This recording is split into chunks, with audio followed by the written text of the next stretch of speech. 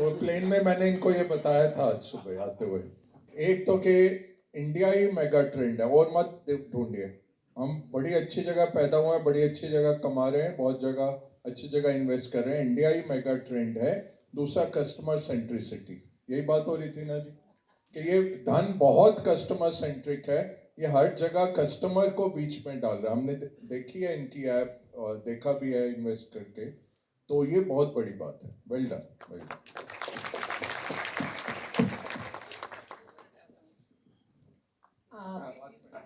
जी जी, थोड़ी देर में एक बार स्मिता जी के सवाल के जवाब दे दें, फिर उसके बाद आपके भी लेंगे। सर, तो मेरा सवाल आपसे ये है, बहुत सारे इंफॉर्मेशन है फ्लोटिंग, लोग कहीं भी इन्वेस्टमेंट करने जाते हैं, हज़ारों उसकी इन्फॉर्मेशन निकालते हैं, चैट जीपीटी इधर उधर, और इस इन्फॉर्मेशन निकालने के चक्कर में ओवर एनालाइज कर लेते हैं, और ओवर एनालाइज करने के चक्कर में ही तो कहीं ऐसा नहीं कि वेल्थ क्रिएशन करने से चूक जाते हैं। देखिए, दोनों ही अंडर एनालिसिस और ओवर एनालिसिस दोनों ही रिस्क है। बिना सोचे समझे पैसा लगाना भी रिस्की है, तो बहुत ज़रूरत से ज़्यादा आप किसी से इन्फ्लुएंस होकर लगाएं। इससे क्या होता है कि इन्वेस्टमेंट में एक गट फीलिंग की बहुत इंपॉर्टेंस होती है। जो कुछ आप पढ़ रहे हैं, देख रहे हैं, सुन रहे हैं, जैसे अभी बहुत लोगों ने कहा कि रिसर्च के नाम पे हम तो इजी बिजनेस देख लेते हैं, अनिल जी को सुन लेते हैं, ये तरीका ठीक नहीं है। वो मेरी रिसर्च है, वो आपकी नहीं है। अगर आप मुझ पर ट्रस्ट करते हैं, मेरे रिसर्च पे ट्रस्ट करते हैं, आप सुनते हैं, मुझे देखते हैं, बहुत अच्छी बात है। लेकिन उसके बाद आपको क्या करना है? आपको भी आधा घंटा, 1 घंटा, 15 मिनट उस पर देना है। प्रॉब्लम क्या है? जैसे ही मैंने बोला, अच्छा इस हफ्ते मैं दे रहा हूँ आपको wealth creation pick, wealth creation में आज की वेल्थ क्रिएशन पिक है XYZ, बस नाम सुन लिया ना, उसके बाद आगे अनिल जी ने 5 मिनट तक क्या बोला, किसी का कोई लेन देना नहीं। 100% बोला हूँ ये गाल, कोई नहीं सुनता। मैंने नाम सुन लिया, ज़्यादा से ज़्यादा होगा टारगेट और देखें, अच्छा टारगेट कितने का दिया है, बस बात खत्म। बस फटाफट पहले अपनी स्क्रीन पे लगाएंगे कौन सा स्टॉक अच्छा ये, अच्छा ये। अरे भाई सुन तो लो यार, और आप सुन लो, उसके बाद 5 मिनट 10 मिनट आप उसको अच्छे से समझ लो। उसके बाद दिन में, शाम को, वीकेंड पे जब आपको समय में आधा घंटा 1 घंटा उसके ऊपर एक आध रिसर्च रिपोर्ट ढंग से पढ़ लो। इसलिए नहीं कि मुझे अपनी रिसर्च पे संदेह है, मैं तो अपनी तरफ से जो मेहनत करके देनी मैं दे रहा हूँ, या किसी को भी आप फॉलो करें। जब आप पढ़ लेंगे ना, तब आपका कन्विक्शन, आपका भरोसा पूरा हो जाएगा।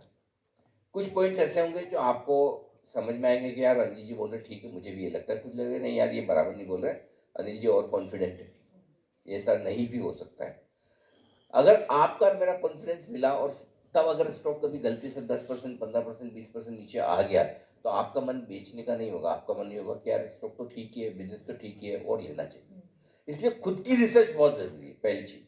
भले आप किसी को भी फॉलो करो, लेकिन उसके बाद अपने एफर्ट्स भी डालो। अब रहा सवाल, ओवर एनालिसिस वाले केसेस तो बहुत ही कम होते हैं वैसे आजकल, कोई इतनी मेहनत करना चाहिए। वो कहते हैं कि आज की तारीख में एवरेज इन्वेस्टर जो है ना, मतलब वो रिसर्च तो करना ही नहीं चाहता। मतलब इतनी मेहनत कौन करे? रिसर्च करना तो छोड़ो, वो तो खाली वो चाहता है भाई इतना बता दो मुझे क्या लेना है, क्या बेचना है। कुछ कुछ तो ऐसे भी है जो ये बताते हैं अच्छा क्वांटिटी भी आप ही बता दो। कभी कभी तो हमको लगता है फिर हम ही करके आपके अकाउंट में फिर से ट्रांसफर करते हैं सीधे। Even forget about research, they don't even want to think about it. सो मेरा ये मानना है कि थोड़ा सा होमवर्क आप करेंगे, जरूर से ज़्यादा भी ना करें, 10, 20, 25 ऐप देखेंगे। वो कहते हैं वो, मतलब एक बार ऐसा ही हुआ कि भाई 2 आदमी एक साथ नीचे गिर रहे थे छत से, तो एक ने बोला बजरंग बली बचाओ, बजरंग बली बचाओ, बजरंग बली बचाओ, नीचे गिरे, तब तक वो बच गया। और एक दूसरे ने बजरंग बली से लेके शंकर भगवान से लेके विष्णु भगवान से सबको याद कर लिया। तो विष्णु भगवान ने सोचा शंकर भगवान बचाएंगे, शंकर भगवान ने सोचा बजरंग बली बचाएंगे। तो ज्यादा एक साथ है ना, 10-20 जगह इधर उधर चैनलों पे घूमेंगे, 5-25 ऐप देखेंगे, ये इन्फ्लुएंसर को सुनेंगे। आप मन बना लो कि हाँ भाई ये 2-3 मेरे लिए ठीक है, 1-2 मेरे लिए ठीक है, इनको मैं सुन के मेरे वेवलेंथ मैच करती है। और दूसरी सबसे बड़ी चीज है कि अल्टीमेटली सुनो सबकी, करो मन, क्योंकि अल्टीमेटली पैसा आपका है, रिस्क आपकी है, प्रॉफिट आपका है। जिस दिन आप ये सोचोगे कि जो इन्वेस्टमेंट डिसीजन मैंने लिया, नहीं तो वो तो बड़ा इजी है कि यार वोडाफोन आइडिया नहीं चला, अनिल जी ने फंसवा दिया। बात तो सही है वैसे। लेकिन वो बड़ा आसान है। अब फंसवा दिया, मन मन में 2-3 गाली दे दोगे, इससे ज्यादा क्या कर लोगे? ज्यादा अपना टीवी सेट फोड़ लोगे। वोडाफोन आइडिया का नाम लिया आपके बाद जी मैं टीवी पे ईंट पे दे मारूंगा, तो भी और अपना नुकसान करोगे, राइट? सो मेरा पॉइंट ये कि जब आप अपना काम थोड़ा सा कर लोगे ना, तो आपका कन्विक्शन थोड़ा प्रॉपर हो जाएगा। थोड़ा आपको लगेगा कि हाँ ये स्टॉक मुझे रखना चाहिए, नहीं रखना चाहिए, स्पेशली जब खराब समय है। और 2-3 लोगों को आप आइडेंटिफाई करोगे, हाँ ये मेरी मेरी थॉट प्रोसेस के साथ मैच करते हैं, मैं इन्हें सुनूंगा, इन्हें फॉलो करूंगा, इनमें से मुझे, और उनका भी जरूरी नहीं कि उनकी मैं सबकी सब ले लूँ, सेलेक्टिवली भी ले सकता हूँ। सेलेक्टिव लेने में एक फ़ायदा है कि आपका कन्विक्शन ज़्यादा रहेगा। नुकसान ये है कि जो आप लोगे वही स्टॉक नहीं चलेंगे। अगर मैंने 10 स्टॉक दिए, 10 में से आपको लग रहा है कि 3 ही मैं लूंगा, तो उस बात की पूरी संभावना है कि वो 3 ही नहीं चलेंगे, बाकी 7 चलेंगे। ये फैक्ट है, और ऐसा कई बार होता है। क्योंकि अब प्रॉब्लम क्या है, मैं ओरेकल फाइनेंस दे दूं 4000 वाला, 4 लोगों से नहीं लिया जाएगा, और वोडाफोन आइडिया सबके पास होगा। अब पॉइंट ये कि एक नहीं चलेगा। अब कोई एक चल जाता है, कोई एक नहीं चलता, तो थोड़ा आप वो जिसको फॉलो करें सोच समझ के अच्छे से फॉलो करिए। और बस जरूरत से ज़्यादा 5 पैसे लोगों को फॉलो करने की जरूरत नहीं, 2-3 आप अच्छे से समझ लीजिए, देख लीजिए, और उतना कर लीजिए, काफ़ी। जी, मुझे लगता है आज जितने लोग यहाँ पर हैं उन सबको ये समझ में आ गई होगी बात, और अब टीवी तो नहीं तोड़ेंगे कम से कम। आ जाए तो ठीक है, नहीं नहीं आएगा तो मार्केट तो सबको समझेगा। देखिए, पैदाइशी और जब बाजार में लोग आते हैं, ये कोई सारे लोग जो है ना, मैक्सिमम, मतलब कुछ तो होंगे एक्सेप्शन, तो हर चीज़ के होते हैं, अच्छी चीज़ों के भी होते हैं, खराब के भी होते हैं, एक्सेप्शन हर जगह होते हैं। थोड़ी बेचारे 5 साल 10 साल 15 साल के लिए पैसा लगाना है इस मार्केट में, सुबह 9:15 बजे खरीद के 3:30 बेचना है, तो मार्केट ही ऐसे इनको लॉन्ग टर्म इन्वेस्टर बना देता है। सुबह 9:15 बजे लिया था, दिखा दी 3:30 तक, 2% नीचे आ गया, अच्छा चलो छोड़ो जाने, तो आज भी कल देखते हैं, कल 2% और नीचे आ गया। नहीं, स्टॉक तो ठीक ही है, अपने आप को समझे 4%, 4 तो ठीक है, 4 में कौन सा क्या हो रहा है, चलो अगले हफ्ते रख लेते हैं, अगले हफ्ते तक 10% नीचे आ गया। ऐसे करते करते वो घर जमाई बन जाता है। तो मेरा पॉइंट कहने का मतलब ये है कि इस मार्केट में आपको बनना तो लॉन्ग टर्म इन्वेस्टर ही, या तो आप पहले से सोच समझ के लॉन्ग टर्म इन्वेस्टर बन के आए, वैसे इन्वेस्ट करें, नहीं तो ये मार्केट आपको सिखा देगा और बना भी देगा। आपकी चॉइस है कि आपको कौन सा फॉर्मूला ठीक लगता है, खुद सोच समझ के लॉन्ग टर्म इन्वेस्टर बनना है या मजबूरी वाला, वो आपको चॉइस है। घर जमाई बनना है या फिर घर जमाई रखना, बनने में तो फायदा है, घर जमाई बनने में तो फायदा है, लेकिन अपने घर में घर जमाई आ जाए तो बिल्कुल ऐसा हो सकता है। अच्छा सर, अक्सर हम देखते हैं कि आप एसेट एलोकेशन की बहुत बात करते हैं, अभी भी आपने ये तमाम बातों में एसेट एलोकेशन की भी बात की कि आप गोल्ड में भी इन्वेस्ट कीजिए, आप इंटरनेशनल फंड्स में भी इन्वेस्ट कीजिए। अब जब वॉलेटाइल मार्केट होता है तो हम देखते हैं हर एक फंड मैनेजर का या फिर जो फाइनेंशियल प्लानर होते हैं उनका एक एडवाइस आपको होता है कि आप रीबैलेंस कीजिए, फिर से अपने पोर्टफोलियो को एसेट एलोकेशन कीजिए, क्योंकि ये बहुत ज़रूरी होता है।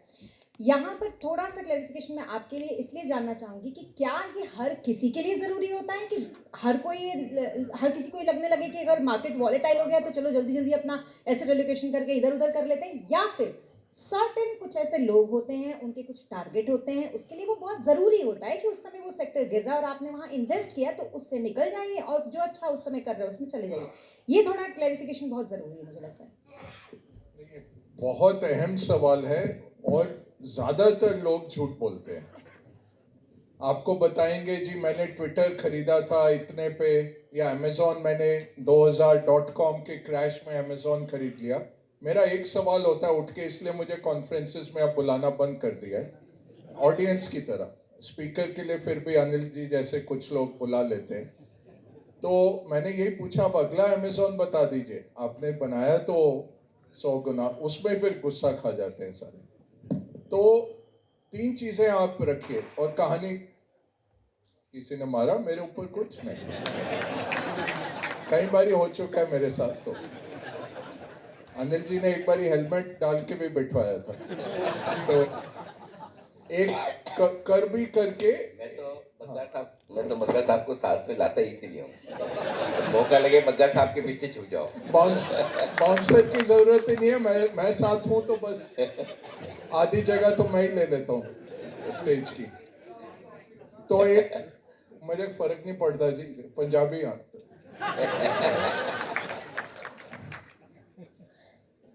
तो कर्बी करके एक फाइनेंशियल एडवाइजर थे 1960s 70s में।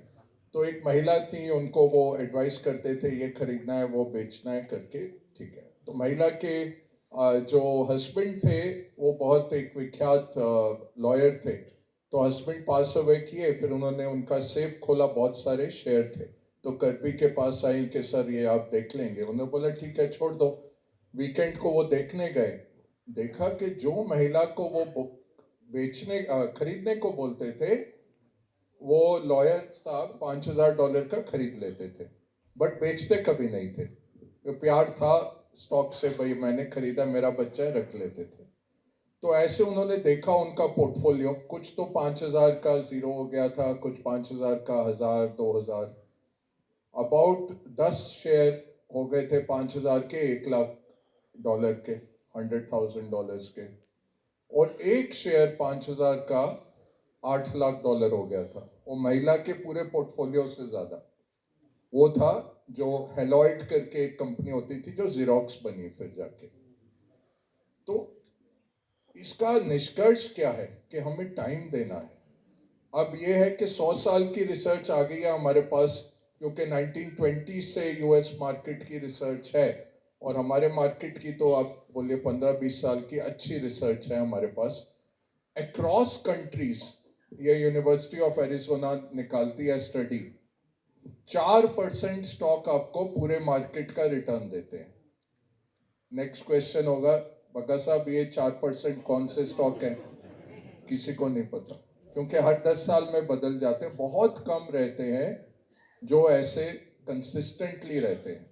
वॉरेन बफेट ने 2 साल पहले जो अपनी चिट्ठी लिखी, यही कहा कि 60 साल के इन्वेस्टमेंट कैरियर में मैंने 12 डिसीजंस बनाई जो काम की थी। कोका कोला खरीदा, एमएक्स अमेरिकन एक्सप्रेस खरीदा, खरीद के बैठ गए, बैंक ऑफ अमेरिका, वो सारा दिखाया उन्होंने। डिविडेंड ही इतना आता है, जो मूल था उससे ज्यादा डिविडेंड आता है। आप में से कई होंगे HDFC IPO लिया होगा या ICICI, डिविडेंड ज्यादा। ऑरेकल इन्होंने बोला, कहानी मेरी सुनी होगी कि 3,500 रुपए की तनख्वाह थी, सिटी बैंक ज्वाइन किया था, बोला जाके मार्केटिंग करेंगे, पूरी दुनिया घूमेंगे। उन्होंने मद्रास में भेज दिया ऑपरेशंस करने के लिए, 4 साल बैठ के रगड़ाई कर रहे थे, मार्केटिंग कुछ नहीं की। 3,500 की तनख्वाह थी, 8,000 रुपए का आया। और एक उस टाइम होता था सिटी बैंक का सब्सिडरी, पैसे थे नहीं, फादर से लिए, लोन लिया फादर से, वो भी एग्रीमेंट लिखवाते थे, लॉयर थे। तो बोले देना, तुम वापस करो ना करो हमें क्या पता। तो वो 8,000 का खरीदा जी। फिर गुम गए शेयर, जैसे यहाँ पे किसी के गुम गए थे। हर 2 साल में सिटी बैंक ट्रांसफर कर देता था, कहाँ पड़े हैं क्या पड़े हैं, उसके कारण रह गया। वो करते करते करते वो आईफ्लेक्स बना जी, ओरेकल बना, दिस दैट। वो 25 लाख का तो डिविडेंड आता है साल का, और वो 20 करोड़ का वो हो गया 8,000 का। मैंने कुछ नहीं किया। पार्टी को दो, ये तो पता ही नहीं था आपको। अब तो ऐसे कितने पैसे वाले जरूर रोज बुलाना चाहिए, जैसे हफ्ते में 2 बार आते हैं। ऐसे बहुत है जी, क्योंकि हम पैदा हुए थे, मैं यही कह रहा हूँ, 79 का 100, 2006 में 10,000 हो गया। हमने कुछ नहीं किया जी, ये जनरेशन हमारी बड़ी लकी थी।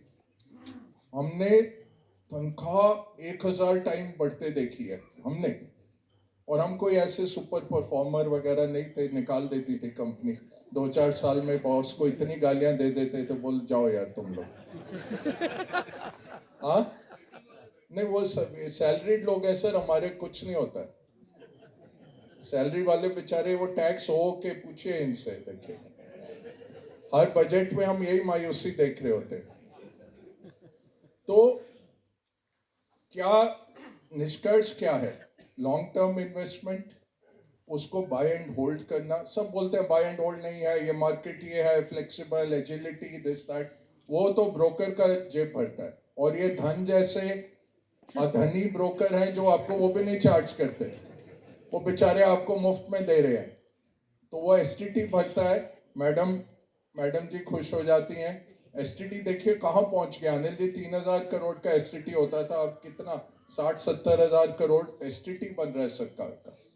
जीएसटी आपके ऊपर लग रहा है, आईजीएसटी लगता है, स्टैंप ड्यूटी लगती है। स्टेट गवर्नमेंट ने भी बोला मैं क्यों पीछे रहूं, स्टैंप ड्यूटी भी लगा दो।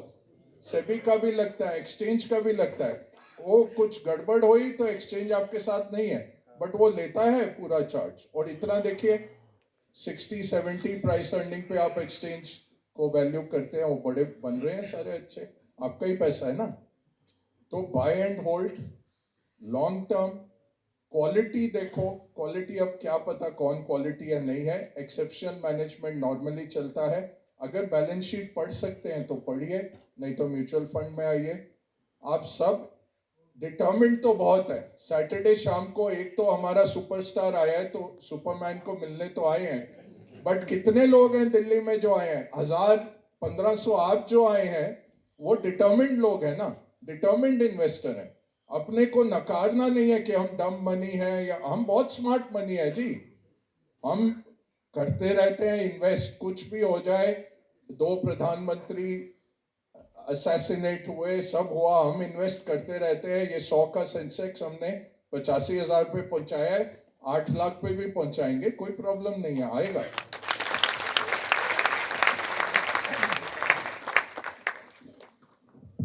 हेलो, दो तरह के लोग आए हैं।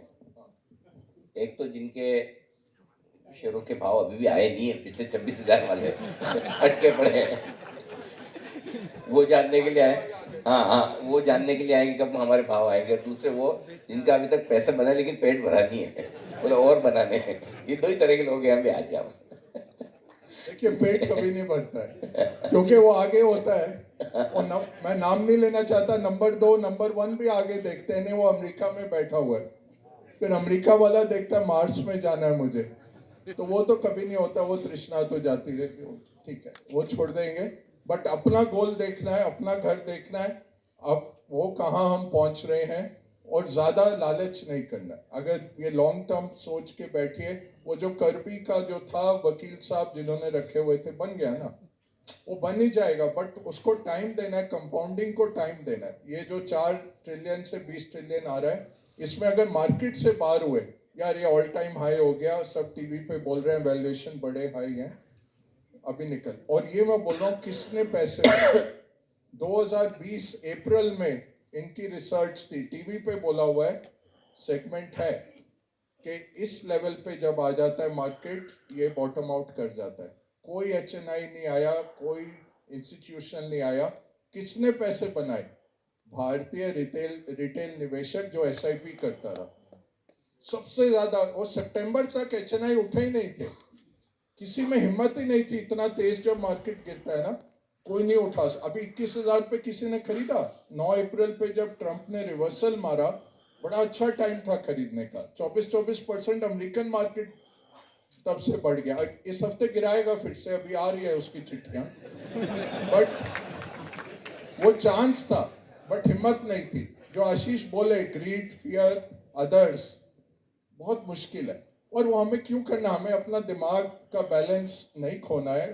ठीक है, हमारे में इतना ही है, बेस्ट क्या है, एसआईपी करेंगे, पूरा घर बार बेच के नहीं डालेंगे, जो है हैसियत के मुताबिक उतना डालते रहेंगे, अपने आप मैजिक हो जाएगा। मैंने फंड देखे हैं, जो फंड हमने बेचे हैं समीर अरोड़ा के साथ, अपना प्रशांत जैन का है। अभी वॉरेन बफेट आप कहते हैं ये अमेरिका बोलता रहता है, प्रशांत ने जब एचडीएफसी छोड़ा बड़ा अच्छा नोट लिखा है, वो जरूर पढ़िए। 85,000 करोड़ प्रशांत ने बनाए इन्वेस्टर्स के लिए, ज्यूरिक से लेके एचडीएफसी तक, पूरा एनालिसिस दिया है कैसे हुआ, क्या हुआ। वो 10-12 डिसीजन ही है लाइफ के। आपके लिए सबसे बड़ी डिसीजन एसेट एलोकेशन, दूसरी डाइवर्सिफिकेशन, तीसरा क्वालिटी। जितना कर सकते हैं, नहीं होता है ठीक है, वो रख लेंगे, घर जमाई बना के रख लेंगे, ये तो गलती हुई। एंड सर फंड की क्वांटिटी, हाँ, फंड्स की क्वांटिटी आपके पोर्टफोलियो में वो कितनी होनी चाहिए? ये भी तो बहुत इंपॉर्टेंट होता होगा ना। मैं तो यही कह रहा हूँ, 2 साल अगर आपके पास खर्चा है, घर है अपना, इंश्योरेंस है, इंश्योरेंस प्रीमियम पे करने के लिए है, और सैलरी आ रही है या इनकम आ रही है कहीं से, बाकी सब कुछ इन्वेस्ट करो, अनइन्वेस्टेड नहीं रहना, भारत में नहीं रहना। और क्यों मैं बोल रहा हूँ हम डम मनी नहीं है, हमें इसके बाद तालियां जरूर बजाना, पहले बजा लो चलो।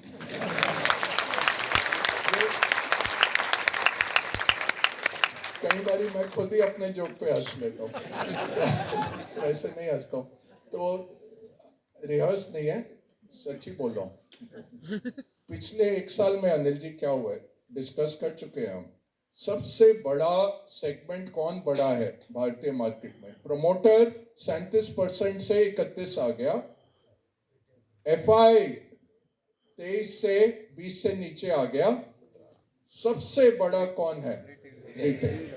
डोमेस्टिक इंस्टीट्यूशन के पास अपना पैसा नहीं है, आप सबका पैसा है। म्यूचुअल फंड, इंश्योरेंस, बैंक और ये आपका एनपीएस, ईपीएफओ, प्रोविडेंट फंड भी आपका लग रहा है मार्केट में। आप सब ने वो 25 कर लिया, बहुत अच्छा है, क्योंकि 7-8 होता था। हम ये सेमिनार आफ्टर सेमिनार में हम कहते रहते थे गोरे आके पैसा बना रहे हैं भारत में, आप जागो। अब क्या जाग गया है? तो जितना हमारा पूरे म्यूचुअल फंड का एयूएम नहीं होता था जब हम चलाते थे फंड, उतना तो एसआईपी में आ जाता है हर महीने। अब ये जाग गया है रिटेलर, और ये अभी भी कुछ नहीं है हमारा पार्टिसिपेशन। यहाँ से डबल ट्रिपल होने वाला है। 50,000 करोड़ के एसआईपी आप देखोगे, 1 लाख करोड़ के एसआईपी देखोगे, और 5 साल रुक जाओ। जो ये होने वाला है 25% से हमारा हिस्सेदारी 30-40% हो जाएगा। तो भारत जैसे ही बढ़ेगा 40% तो हमारे जेब में आएगा। ये स्टॉक ओनरशिप का ब्यूटी है। एलोकेशन को चेंज करना है, नहीं चेंज करना है, ज्यादा फेरबदल मत करो, एक बार ही सोच लो, कर लो अच्छी तरह, किसी के साथ बैठ जाओ। मैं चेयरमैन होता था, financial planner, certified financial planner, बड़े लोगों के सर्टिफिकेट साइन किए। कोई ज्यादा उसमें साइंस नहीं है, एक अच्छे प्लानर के साथ बैठ जाओ, एक बार ही बना लो स्टॉक एलोकेशन, वो चल जाएगा, जिंदगी भर के लिए काफी होता है। बिल्कुल सर, बहुत ही अच्छी बात है, मुझे लगता है इस पे तालियां होनी चाहिए।